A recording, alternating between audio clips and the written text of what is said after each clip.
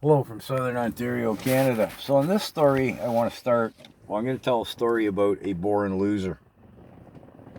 I know that's not a politically correct term, but I don't care. Well, let me start by saying, here in Canada, I can go into a doctor tomorrow and get an Oxycontin prescription. I rode a motorcycle off a cliff once. This shoulder's a mess. Yeah, a tree fell on me one time. I took a chain in the face once. That was the teeth. And I got dragged down the road by a motorcycle once. A moment's stupidity can last a lifetime.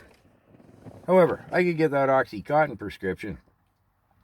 Then I go back and say, well, now I'm an Oxycontin addict, so they put me on a methadone program, although I still get my Oxycontins. And then I'm on disability. I can't work because I'm all messed up on dope. So a lot of that goes on. An awful lot. Awful lot.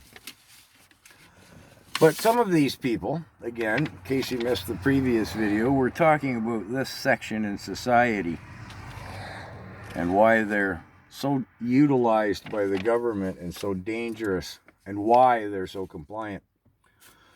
But anyways, I'm going to tell this story just to set, it's a fictional story, to portray a born loser. There's a local industry here. It's a nasty place to work, but you can always get a job there because there's a high turnover rate. It's a nasty place to work. But there is a dedicated workforce there that, they do work. Give them that much. And they don't have a lot of employment opportunities, for obvious reasons. So anyways, the company changed hands, was bought out by a multinational. And as that transition happened, they said, well, you can maintain your paper paycheck or you can have, an deposit in your bank account. Something went wrong in the office as they were getting set up, and this born loser was getting two paychecks, one on paper and one in his, deposited into his bank. So, of course, the smart and the morally correct thing to do would be to go into the office and say, hey, you're right, I deserve a raise, but maybe not this much, right? This is what's going down. Or the smart thing, although morally flawed thing, would be to open a second account at your bank, cash and operate off of your paper paycheck, and leave the e-transfer paycheck to deposit, pile up, and accumulate in your bank account. And keep your mouth shut. Who knows, you might get away with it. 5 years later, you're styling in Mexico. Or maybe they catch you at year's end and you can say, by golly, I had no idea. I was rich there. Oh, look, it's all in the bank. All $60,000. Oh, I guess you want it back now, boy. Ah, darnation. And you give them the money back, and whether they believe your story or not, they got their money back. They can't fire you, if nothing else. But no, our born loser, as soon as it happens, he starts bragging about it.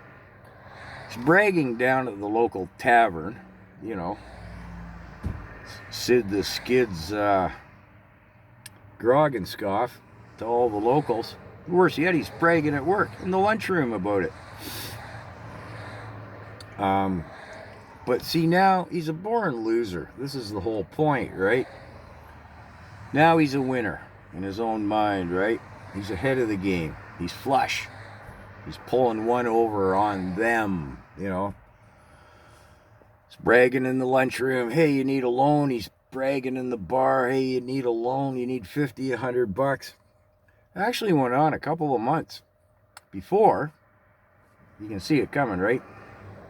Somebody rats him out at work. They just get sick of listening to this loser chirping on about his windfall. So, he's busted. Now, they didn't call the cops on him. He's worked there for years. He shovels out the glue pits or whatever distasteful task he does. But he spent all the money. He's no further ahead for it. He was a little flusher in the bar.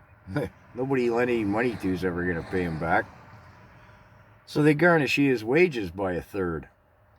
So let's say it went on for 2 months. Now he's in financial ruination for the next 6 months.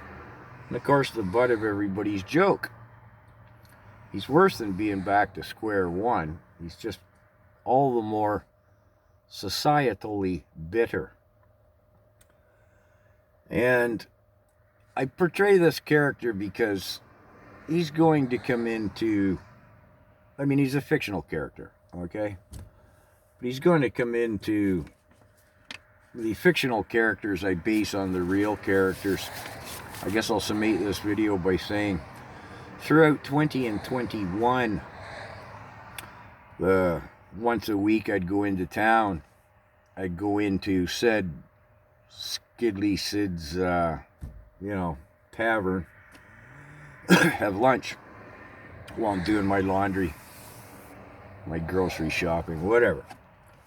And I'd go in just before lunch, and they have the news channel on the TV.